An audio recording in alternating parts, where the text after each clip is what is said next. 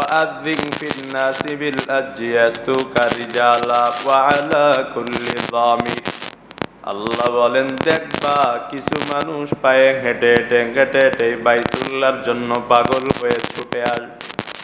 দেখবা কোন মানুষগুলো সওয়ারিতে চড়বে, দেখবা কোন মানুষ জাহাজে চড়বে, দেখবা কোন মানুষ এরোপ্লেনে চড়বে। সারা বিশ্ব থেকে আমি আল্লাহরে কাবা, আমি আল্লাহর ঘরটা জিয়ারতের জন্য পাগলের মতো ছুটে ছুটে আসতে থাকবে। ওহে ইব্রাহিম কথা দেও, আমার পাগলেরা বাইতুল্লাহ জিয়ারত করতে আসলে তুমি আমার বাইতুল্লাহটারে ধুয়ে মুছে পরিষ্কার করে রাখবা। কেউ ইতিকাফ করবে, কেউ তাওয়াফ করবে, কেউ নামাজ পড়বে। ওই যে বাবা ইব্রাহিমের ঘোষণা হয়ে গেল, আজও পর্যন্ত বাইতুল্লাহ মানুষ জিয়ারত করতে তালে আছে, করোনা জিয়ারত বন্ধ করতে পারে নাই। আমাদের দেশের মানুষের জিয়ারত বন্ধ করলেও বহু মানুষ সেখানে জিয়ারত করেছে। কিয়ামত সংগঠিত হওয়া পর্যন্ত আমার মাওলার ঘর মানুষ জিয়ারত করতেই থাকবে, করতেই থাকবে, করতেই থাকবে। তবে এই জিয়ারতটা নফল, আবার জিয়ারতটা ফরজ। কার জন্য নফল, কার জন্য ফরজ, সেটাই আমাদের জানা দরকার। আমার আল্লাহ পবিত্র কোরআনে কয়, ওয়ালিল্লাহি আলান নাসি হিজ্জুল বাইতি মান ইসতাতা। তবে বাইতুল্লাহ নির্মাণ যখন হয়ে যায়,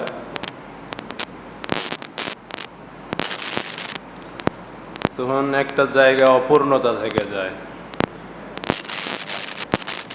জায়গাটা হলো হজরে আসওয়াদের জায়গা। হাজারুন মানে পাথর, আসওয়াদ মানে কালো, কালো পাথর। সহিহ হাদিসের থেকে জানা যায় রাসূল সাল্লাল্লাহু আলাইহি সাল্লাম বলেছেন, পাথরটা মূলত কালো ছিল না সাদা ছিল। মুমিনের গুনাহ চুষে নিয়ে পাথর নিজেই কালো হয়ে গিয়েছে।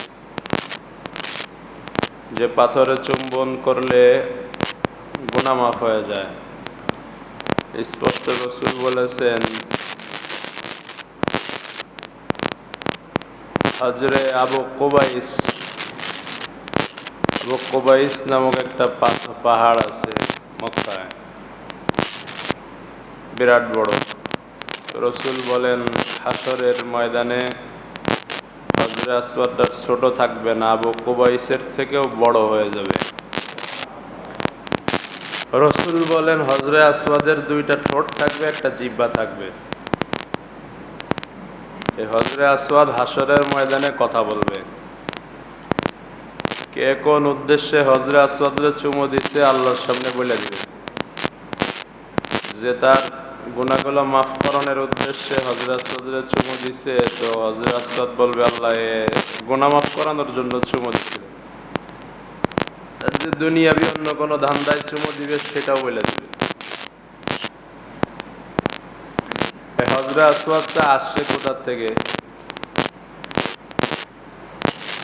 বর্ণনার মতভেদ আছে।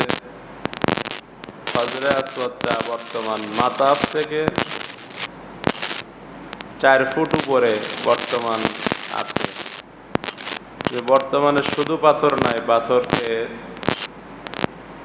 রূপা দিয়া চতুর্দিকে ঢেকে দেওয়া আছে। অর্থাৎ হজরে আসওয়াদটাকে রূপার একটা ফ্রেমের মধ্যে রাখা আছে বর্তমানে।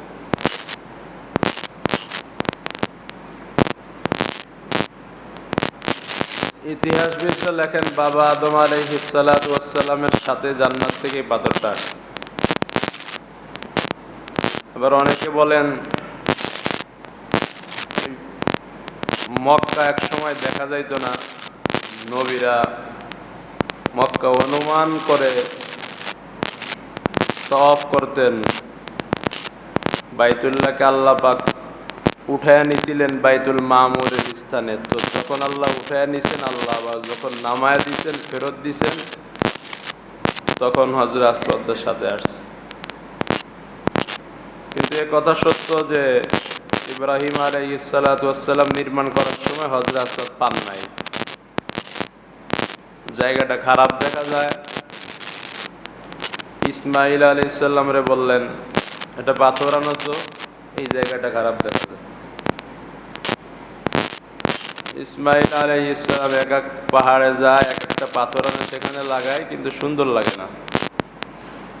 বাবা ইব্রাহিম বলে, তো ভালো লাগতেছে না, আর একটা পাথর আনো তো। আর একটা আনে, কিন্তু ভালো লাগে না। পেরেশান হইয়া ইসমাইল আলাইহিস সালাম খুঁজতে খুঁজতে ওই যে আব্দুল কায়েস নামক পাহাড়, ওই পাহাড়ে ইসমাইল আলাইহিস সালাম ঘুরতেছে ঘুরতেছে, হঠাৎ করে গায়েবী আওয়াজ, এই ইসমাইল, তোমার একটা আমানত আমার ভেতরে রাখা আছে, তুমি দ্রুত আমার ভেতর থেকে ওই পাথরটা, সে আমানতটা নিয়ে আমাকে দায়মুক্ত করো। কখন ওই পাহাড়ে চলে গেছে, যখন নূহ আলাইহিস সালামের প্লাবনে সব ধ্বংস হয়ে গেছে, তখন আল্লাহ পাক বললেন, এই জিবরিল, এই হজরে আসওয়াদ তো দামি জিনিস, জান্নাতি জিনিস, এটাও কি বাইসা বেড়াবে, নষ্ট হয়ে যাবে? জিবরিল, তুমি এটারে কান্দে করো, এটারে হেফাজত করো। তো জিবরিল আমিন ওই হেফাজত করেছেন, ওই পাহাড়ে গিয়ে রাইখা দিছিলেন। তো এই পাহাড়কে আল্লাহ পাক আমানত দিয়ে বলেছিলেন যে তুমি এটার মালিকের কাছে এই পাথরটারে পৌঁছে দিবা। মালিককে? ইব্রাহিম আর ইসমাইল। ইব্রাহিম আলাইহিস সালাম কাবা বানানোর পর ইসমাইল আলাইহিস সালাম রে পাহাড় নিজেই বলতেছে, তোমার আমানত নিয়ে যাও, আমার দায় মুক্ত করো, আমি এটার দায়িত্ব নিয়ে বসে আছি। হজরে আসওয়াদটা ইসমাইল আলাইহিস সালাম নিয়ে আসলেন, ইব্রাহিম আলাইহিস সালাম বসায় দিলেন। আবার যখন কোরাইশরা, ইব্রাহিম আলাইহিস সালাম কাবা নির্মাণের পর কোরাইশরা কাবা নির্মাণ করেছিলেন, তারা জানেন। কোরাইশরা কাবা নির্মাণ করার সময়, কাবা নির্মাণ যখন হয়ে যায়, এখন এটা হচ্ছে গুরুত্বপূর্ণ জিনিস, হজরে আসওয়াদ কে বসাবে। এখন এটা নিয়ে দ্বন্দ্ব দেখা দিচ্ছে পরস্পরে, গোষ্ঠীর মধ্যে, একে অপরের মধ্যে, যে কে বসাবে, কাকে রেখে কাকে বসাবে। সব দলের নেতারা পরামর্শে বসলো কি করা যায়। দেখতেছে দূর থেকে মুহাম্মদ সাল্লাল্লাহু আলাইহি সাল্লাম আসতেছে। তখনও তিনি নবী হন নাই, তখনও তারা সবাই আল আমিন বলে। একজন বলতেছে, ওই যে আমাদের আল আমিন আসতেছে, দেখো তো দেখি সে কি বলে। নবীজি তখনও নবুয়ত পান নাই, তখনও নবীজি ছোট, কোরআন এখনো নাজিল হয় নাই, তারপরেও নবীজির বুদ্ধিমত্তা কত। নবীজি নিজের চাদরটা খুললেন, খুলে বললেন, তোমরা ঝগড়া বিভেদ করতেছো, এই চাদরের মাঝখানে হজরে আসওয়াদটারে বসাও, আর চাদরের চতুর্দিক দিয়ে প্রত্যেক দলের নেতারা হাত দিয়ে ধরবা, কোন দল যেন বাকি না থাকে। তাহলে কোন দল আর বেজার থাকবে না, সব দলের নেতাই সেখানে সামিল হইল। নবীজির কথা মতো সব দলের নেতারা চাদরের চতুর্দিক থেকে দৌড়লে হজরে আসওয়াদকে তার নির্দিষ্ট স্থানে নিয়ে যাওয়া হলো। সবাই মিলে বললেন, মুহাম্মদ, আমরা তো এনে দিলাম, তুমি নিজেই এটা বসায়া দাও। সুবহানাল্লাহ। সেই হজরে আসওয়াদটা নবীজির ইন্তেকালের পরে যুগ যেতে যেতে এক সময় ভেঙে গিয়ে 3 টুকরা হয়ে গেল। নবীজির ভাগিনা আব্দুল্লাহ ইবনে জুবাইর রাদিয়াল্লাহু আনহুর জামানায় 3 টুকরা হওয়ার পর এটারে ফ্রেম বন্দি করা প্রয়োজন পড়ল। হযরত আব্দুল্লাহ ইবনে জুবাইরের জামানায় এটারে ফ্রেমে বন্দি করা হলো। এরপরে নানা বাদশাগণ আসছে, আর এক বাদশা আইসা এটার একটু সুন্দর করছে, একটু ভালো ফ্রেম লাগাইছে। আস্তে আস্তে সবাই চায় যে আমার কিছু স্মৃতি, আমার কিছু কাজ থেকে যাক।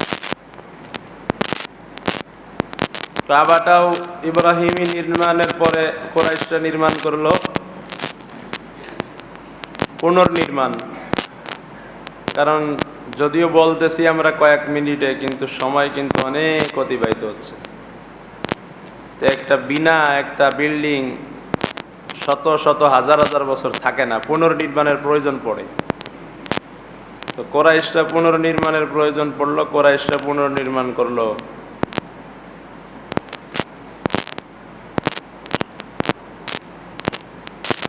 কিন্তু তারা ইব্রাহিম আলাইহিস সালাতু ওয়াস সালামের ভিত্তির উপরে নির্মাণ করলো না,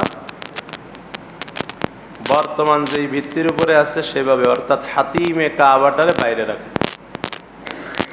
কাবার পাশে একটি জায়গা আছে, নাম তার হাতিমে কাবা।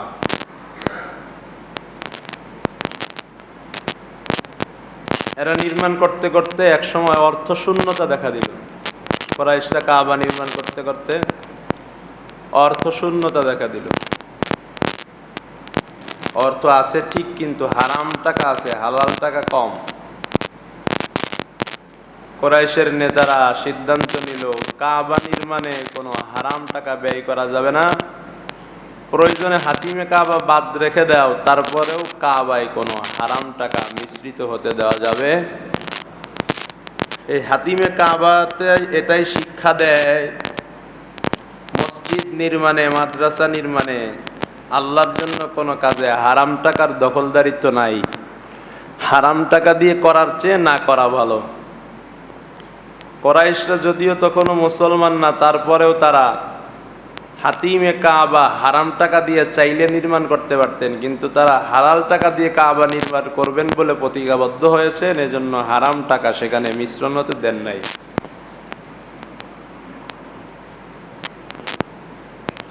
কুরাইশদের পরে আব্দুল্লাহ ইবনে জুবাইর রাদিয়াল্লাহু আনহু, নবীজির ভাগিনা আব্দুল্লাহ ইবনে জুবাইর রাদিয়াল্লাহু তাআলা আনহু আয়েশা তার খালার কাছ থেকে জানলেন, হযরত আয়েশা রাদিয়াল্লাহু তাআলা আনহা ছিলেন তার খালা। খালা একদিন বলতেছিল যে তোমার খালু মুহাম্মদুর রাসূলুল্লাহ সাল্লাল্লাহু আলাইহি সাল্লাম নিঃশ্বাস ছেড়ে বলেছিলেন, হায় আমি যদি কাবাটাকে ইব্রাহিমের ভিত্তির উপরে আবার নির্মাণ করতে পারতাম, অর্থাৎ হাতিমে কাবা যদি কাবার অংশ বানিয়ে দিতে পারতাম, আমি নবীর ভালো লাগতো।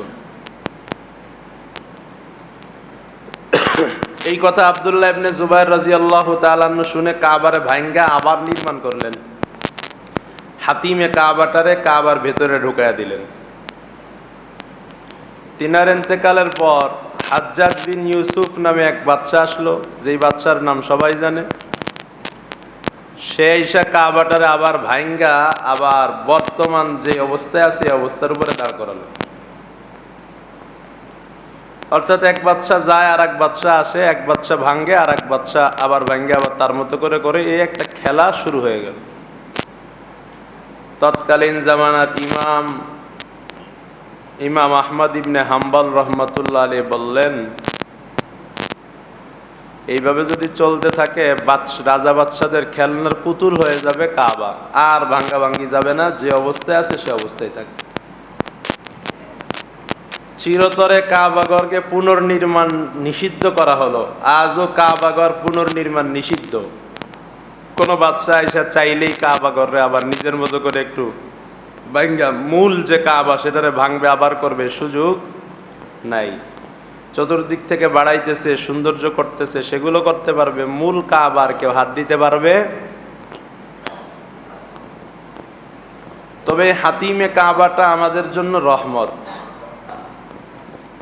ফেয়ালুল হাকিম লা ইয়াখলু আনিল হিকমা, আল্লাহ পাকের কোনো কাজ এটা হিকমত থেকে আমাদের চোখে দেখা যাচ্ছে এটার মধ্যে কোনো উপকারিতা নাই, আসলে এর মধ্যে অনেক উপকারিতা রয়েছে। এমন কিছু উপকার থেকে আল্লাহর কোনো কাজ খালি না, মুক্ত না। দেখুন, কাবা শরীফে বাইতুল্লাহ যে কেউ চাইলে প্রবেশ করতে পারে? কথা বল না, পারে? আপনি চাইলে কি আপনারা সেখানে ঢুকতে দিবে? রাজা বাচ্চাদেরকে দিবে, তাও সব রাজা বাচ্চাদেরকে দেয় না। কিন্তু আপনার আমারও মন চায় যে হায় আমি যদি আল্লাহ পাকের বাইতুল্লাহর ভেতরে একটু ঢুকতে পারতাম। আল্লাহ পাকের হিকমত এটাই, যদি হাতিমে কাবা কাবার ভেতরে থাকতো তাইলে ওই পাগলগুলা, যেই পাগলগুলা কাবার ভেতরে ঢোকার স্বপ্ন দেখে, ওরা জীবনেও ঢুকতে পারতো না। কিন্তু এটা কাবার অংশ, কিন্তু এটা কাবার বাহিরে রাখার কারণে যারা সাধারণ মানুষ আছে, যারা কাবায় ঢুকতে চায়, তারা সেখানে ঢুকলেই কাবায় প্রবেশ করা হয়ে যাবে। কারণ সেটা আলাদা কোনো অংশ না, সেটা কাবারই অংশ। আল্লাহ গরিবদের জন্য, আমাদের জন্য, আমরা যেন সেখানে ঢুকতে পারি, সেখানে 2 রাকাত নামাজ পড়তে পারি, সেটাকে যেন আমরা আমাদের আবেগ দিয়ে জড়াইতে পারি, এজন্য আল্লাহ পাক এইভাবে বাদশাদের দ্বারা নির্মাণ করায় করায় হাতিমে কাবাকে কাবা থেকে আলাদা রেখেছেন। এটা আল্লাহ পাকের দয়া আর রহমত। পড়ি আলহামদুলিল্লাহ। কাবা নির্মাণ হয়ে যাবার পর ইব্রাহিম আলাইহিস সালাম রে আল্লাহ একটা আদেশ দিয়ে দিলেন। আল্লাহ ঘোষণা করতে বললেন, ইব্রাহিম, কাবা নির্মাণ তো হইছে, এবার একটা ঘোষণা দাও, দাঁড়াও। কি ঘোষণা? আযিন ফিন-নাসি বিল-হাজ্জি ইয়াতুকা রিজালান ওয়া আলা কুল্লি যামির ওয়া আলা কুল্লি যামিরিন ইয়াতিনা মিন কুল্লি ফাজ্জিন আমিক।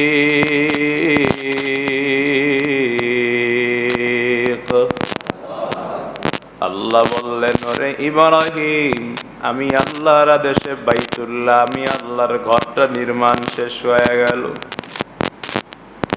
তুমি দাঁড়ায়া ঘোষণা দাও, ওয়াআযিন ফিন-নাসি বিল-হাজ্জি ইয়াতুকা রিজালা, হজের ঘোষণা দিয়া দাও। বাবা ইব্রাহিম বলে, ও হে মাওলা, পাগলের মতো কথা কেন বলো রে আল্লাহ? এই মরুভূমির মধ্যে মানুষ নাই, মরুভূমির মধ্যে কেউ থাকে না, জনমানবহীন একটা এলাকা।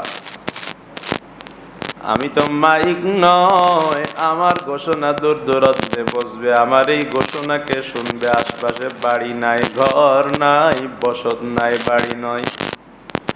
আল্লাহ বলেন, ওরে ইব্রাহিম, শোনা বা না শোনানোর দায়িত্ব আমি মাওলার, আর ঘোষণা দেওয়ার দায়িত্ব হলো তুমি ইব্রাহিমের।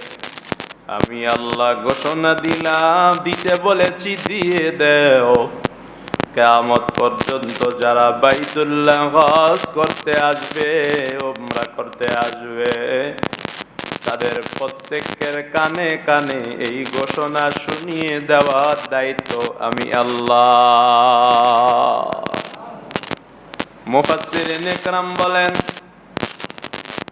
বাবা ইব্রাহিম যখন এই ঘোষণাটা দিয়ে দিছে, যত মানুষ জীবনে একবার হলেও হজ করবে, একবার হলেও উমরা করবে, আমার আল্লাহ সবার কানে কানে ঘোষণার আওয়াজটা চালু করে দিছে।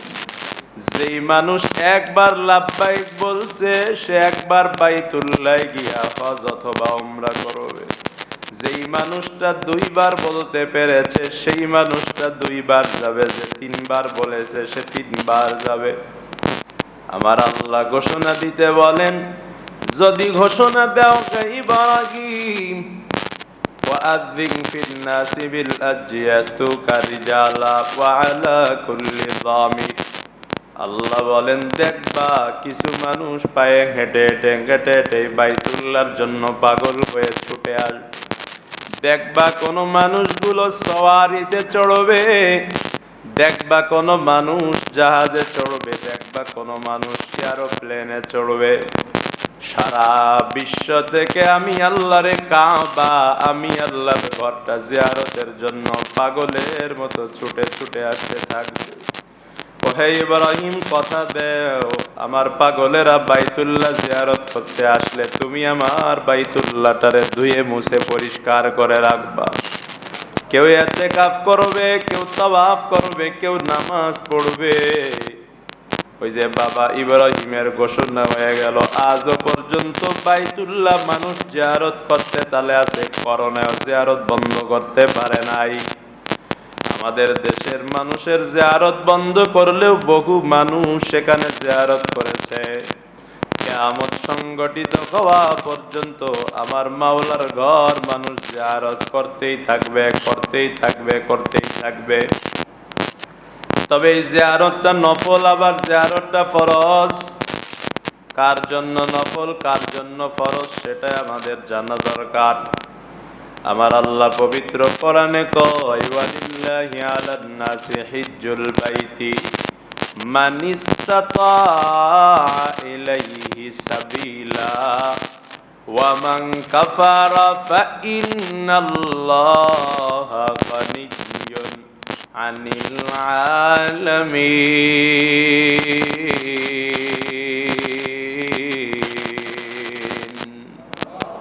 আল্লাহ বলেন, যার ক্ষমতা আছে, সমর্থ আছে, সে বাইতুল্লাহ পর্যন্ত পৌঁছতে পারে, সুস্থ আছে। আর বাইতুল্লাহ যাইতে যে ভাড়ার টাকা লাগে, এতটুক সামর্থ্য যার আছে, তার জন্য ফরজ, সে সেখানে গিয়ে হজ করবে। ইসলামের স্তম্ভ কয়টি? 5টি, সবাই জানি। 1 নাম্বার কালেমা, নাকি? 1 নাম্বার শাহাদাতু আল্লা ইলাহা ইল্লাল্লাহ ওয়া আন্না মুহাম্মাদার রাসূলুল্লাহ। 1 নম্বরে আল্লাহর সাক্ষ্য, আল্লাহর নবীর সাক্ষ্য, এটা দিতে টাকা লাগে না, কষ্টও লাগে না, সবাই দিয়ে দিই। 2 নাম্বার ওয়া ইকামিস সালাহ, নামাজ আদায় করতে টাকা লাগে না, পয়সা লাগে না, এজন্য নামাজে মাঝে মাঝে পাই, মাঝে মাঝে পাই না। 3 নাম্বার ওয়াল হজ ওয়া ইকামিস সালাতি ওয়া ইতাইজ যাকাত। 3 নাম্বার যাকাত আদায় করা, এটা কাউকে, সবাইকে পাওয়া যায় না, কারণ এর মধ্যে টাকা যায়। হজ, নামাজ, কালেমা, আর কি? রোজা, যাকাত। 2 ভাগে বিভক্ত 5টা। কয় ভাগ বলেন? কয় ভাগ? কিছু, এই 5টার মধ্যে কিছু আছে শুধু শক্তি ব্যয় হয়, টাকা পয়সা ব্যয় হয়। কিছু আছে শুধু শক্তি ব্যয়, শুধু টাকা পয়সা ব্যয় হয়, শক্তি ব্যয় হয় না। আর কিছু আছে উভয়টা ব্যয় হয়, যেমন কালেমা আর নামাজ, এই 2টাই কোনো টাকা লাগে। তার মানে সব থেকে ইসলামের 5টার মধ্যেই 2টা সহজ। কথা ঠিক না বেটি? যাকাত টাকা লাগে, অর্থ লাগে, কিন্তু শরীরের কোনো শক্তি ব্যয় হয় না, এটাও কিছুটা সহজ। আর রমজানের রোজায় ওই যে নামাজ আর কালেমার সাথে শুধু শক্তি ব্যয় হয়, কোনো টাকা পয়সা লাগে না। এজন্য কালেমাওয়ালাও পাওয়া যায়, নামাজওয়ালাও পাওয়া যায়, রোজাওয়ালাও পাওয়া যায়, মগর যাকাত দেনেওয়ালার, হজ করনেওয়ালা পাওয়া যায় না। কথা ঠিক না বেটি? যত সবাইরে নামাজি পাবেন, নিয়মিত না পড়লে, মানে মোটামুটি নামাজ পড়ে পাবেন, রোজা রাখে এমন পাবেন, কিন্তু সব কালেমাওয়ালা আর সব নামাজওয়ালাদেরকে হজ করতে পাবেন না। যাদের উপরে হজ ফরজ নাই তাদের কথা তো দূরেই রাখলাম, যাদের উপরে ফরজ তারাও হজ করে না। হজ এমনই একটা ইবাদত, 5 ইবাদতের মধ্যে শ্রেষ্ঠ ইবাদত। কেমনে শ্রেষ্ঠ ইবাদত? হজে শরীরের শক্তিও ব্যয় হয়, টাকা পয়সাও ব্যয় হয়। শুধু শক্তি ব্যয় হয় তাই নয়, বুড়ারা গেলে অনেক কষ্ট হয়, ভালো শক্তি ব্যয় হয়, মোটামুটি ভালো শক্তি লাগে। এই জন্য বুজুর্গরা বলেন 5 ইবাদতের মধ্যে সবচেয়ে কঠিন হলো হজ করা। এই জন্য ওনারা বলেন, ওলামায়ে কেরাম বলেন, হজ এমনই একটা ইবাদত, আর 4টা যে ইবাদত ইসলামের স্তম্ভ আছে, এগুলোর পূর্ণতা পায় হজে গেলে। একটা মানুষ যখন হজে যায়, যখন বাইতুল্লাহ দেখে, যখন তওয়াফ করে, তখন তার জীবনটা মনে হয় যে আমার জীবনে দুনিয়াতে আসাটা সার্থক হয়েছে। নামাজের যে মজা আছে, এই মজা বুজুর্গরা পেয়ে থাকেন সবাই পায় না। সঙ্গে সঙ্গে নামাজের তৃপ্তিটা দেওয়া হয় না, রোজার তৃপ্তিও সঙ্গে সঙ্গে দেওয়া হয় না।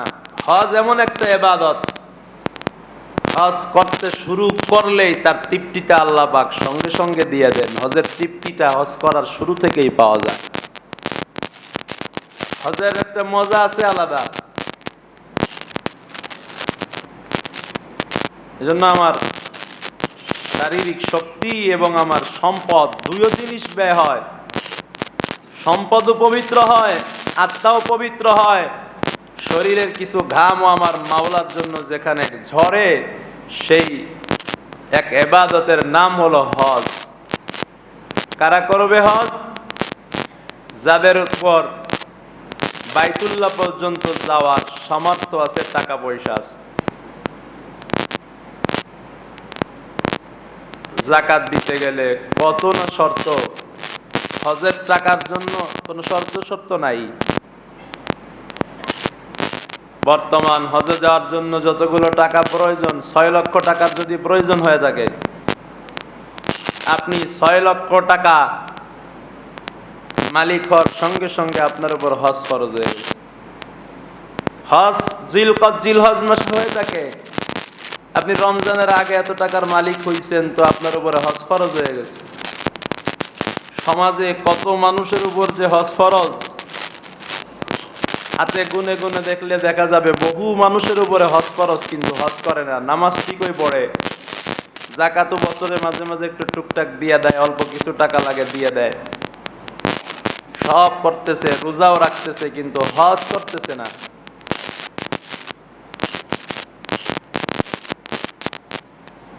তবে হজ কবুল হওয়ার জন্য হালাল টাকা শর্ত।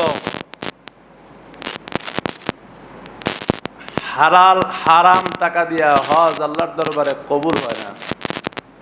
আল্লাহ বলেন, ওয়ালিল্লাহি আলান নাস হিজ্জুল বাইতি মান ইসতাতা ইলাইহি সাবিলা। কারো পক্ষে যদি হজে যাওয়ার সামর্থ্য থাকে, তার উপর হজ ফরজ।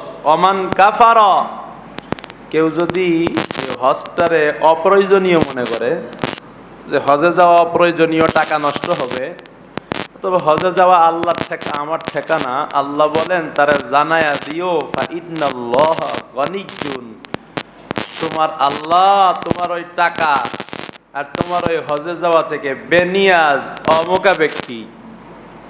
হামিদ, তোমার আল্লাহ এমনিই প্রশংসিত। তুমি হজ করতে যাবা আর আল্লাহর একটু প্রশংসা দিবা, আল্লাহর ওই প্রশংসা পাওয়া লাগবে, তোমার কাছে এমন মুখাপেক্ষী, এটা তুমি ভাইবো না, ভুলেও ভাইবো না। বরং শর্টকাটে জান্নাতে যাওয়ার কয়েকটা রাস্তা, গুনাহ মাফ করানোর কয়েকটা রাস্তা, তার মধ্যে একটি রাস্তা হলো হজ। কারণ রাসূল বলেন, ক্বালান নবী সাল্লাল্লাহু আলাইহি ওয়াসাল্লাম, মান হাজ্জা লিল্লাহি ফালাম ইয়ারফুস ওয়া লাম ইয়াফসুক রাজা'a কায়াউমিন ওয়ালাদাতু উম্মু। আমার রাসূল বলেন, যদি কেউ বাইতুল্লাহর হজে যেতে পারে আর ওই হজে গিয়ে যদি কোনো ফাহেসা, অন্যায়, অশ্লীল কথাবার্তা না বলে, কোনো গুনাহ না করে, পাপাচার না করে, ওই আল্লাহর বান্দাটা বাড়িতে এমন ভাবে ফিরবে যেমন সে তার মায়ের পেট থেকে ভূমিষ্ঠ হইলে তার শরীরে যেমন কোনো গুনাহ থাকে না। হাজী সাহেব হজ করে বাড়িতে ফিরলে মায়ের পেট থেকে ভূমিষ্ঠ হওয়ার মতো নিষ্পাপ হয়ে বাড়িতে ফিরে। মান হাজ্জা লিল্লাহি ফালাম ইয়ারফুস ওয়া লাম ইয়াফসুক। আমার রাসূল বলেন, যেই বান্দা হজে গিয়া কোনো গুনাহ করলো না, ফাহিশা কাজ করলো না, চক্ষু দিয়া খারাপ কিছু দেখলো না, মুখ দিয়া খারাপ কিছু দেখলো না, করলো না, বললো না, রাসূল বলেন, গুফিরা লাহু মা তাকদ্দামা মিন যামবিহি, তার পেছনে যতগুলো গুনাহ আছে আমার মাওলা তার পেছনের সব গুনাহগুলোরে মাফ করে দেয়। হজ ফরজ। এই টাকা কোন টাকা? কোন টাকা থাকলে আপনার উপরে হজ ফরজ? ছেলের বিয়ের জন্য টাকা গুছাইছেন, ওইটা হজের টাকা। একটা জমি কিনবেন, টাকা গুছায় রাখছেন 6 লাখ 7 লাখ, এটা হজের টাকা, এটা জমির টাকা না। এটা বালগেট বানাবেন, টাকা গুছায় রাখছেন, এটা হজের টাকা, এটা আপনার ওই বালগেটের টাকা না। নিজের মৌলিক চাহিদা চলতে যেই খরচ লাগে তার বাহিরে আপনি যদি বাইতুল্লাহ যাওয়ার মতো টাকার মালিক হন, অটোমেটিক আপনার উপরে হজ ফরজ হয়ে যায়। আপনার পিতৃ বাপ থেকে পাওয়া একটা জমি পাইছিলেন, যতদিন ছিল তো ছিল, জমিটা যেই দিন বেচছেন, বেচার পরে টাকা দিয়ে অন্য কিছু করবেন, সঙ্গে সঙ্গে আপনার উপর হজটা ফরজ হয়ে গেছে। হজ এমন একটা ইবাদত, কারোর যদি বালেগ হওয়ার সাথে সাথে যদি হজ ফরজ হয়, সে যদি মরণ পর্যন্ত হজ না করে, মরণ পর্যন্ত তার উপর হজ ফরজ থেকেই যাবে। আর রাসূল বলেছেন, কারোর উপর যদি হজ ফরজ হয় আর সে যদি হজ না করে, ফাল ইয়ামুত ইয়াহুদিয়া ওয়া ইনশাআ নাসরানিয়া। রাসূল বলেন, কারোর উপর হজ ফরজ হয়েছে, কোনো বাদশা তারে হজ করতে বাধা দেয় নাই, অথবা তার ভীষণ কোনো বিপদ আইসা যায় নাই, তো সে যখন মারা যায়, সে ইয়াহুদি হয়ে মারা গেল নাকি নাসারা হয়ে মারা গেল, আমি নবীর তাতে কোনো আসে যায় না। নাউজুবিল্লাহ পড়েন। একথার মানি হইল, আমার নবী বুঝাইতে চান হজ ফরজ হইছে, বিল্ডিং, টাকা পয়সা, গাড়ি বাড়ি সব করতেছে, কিন্তু হজ করার নিয়ত করতেছে না। আমার রাসূল বুঝাইতে চান যে ইহুদি নাসারা হয়ে মরবে, মুসলমান হয়ে মরবে না। হজ হেলা খেলার জিনিস নয়। বছরে একবার হজ আসে, ইমাম সাহেবরা, খতিব সাহেবরা একবার হজের বয়ান করে, দেখা ভাই হজটাকে ফালায়া দিয়েন না। কার উপরে হজ ফরজ? নিজের বুকের উপরে হাত দিলে বুকটা বলে দিবে। এখানে একটু হাত দিয়েন, হাতটা দিয়ে নিজেরে প্রশ্ন করেন, তোর উপরে কি হজ ফরজ হইছে? দেখবেন ইমাম সাহেবের থেকে ফতোয়া নিয়ে লাগবে না, নিজের বিবেকটাই বলবে যে হ্যাঁ, আমার উপরে হজ ফরজ হইছে। কারণ আপনি ভালো জানেন আপনার সম্পদ কোথা থেকে আসছে, কি সম্পদ আপনার আছে। এটা এলাকার মানুষও জানে না, এটা ইমাম সাহেবও জানে না। আমার কথা বলতে খুবই কষ্ট, আপনারা কেউ জানেন না। আমি অত্যন্ত অসুস্থ, আমি আজকে কথা জাতীয় একটা বলছি, অনেক কষ্ট হয়েছে। বাকি হজের মৌসুম চলতেছে, হজের নিয়ত যারা করেন নাই করে ফেলেন। যাদের উপরে হজ ফরজ, হজের নিয়ত করে ফেলেন। আমি অসুস্থ, আমার জন্য সকলে দোয়া করবেন। আরো যারা অসুস্থ, আমি দোয়া করি আল্লাহ পাক সবাইরে সুস্থতার নিয়ামত দান করেন।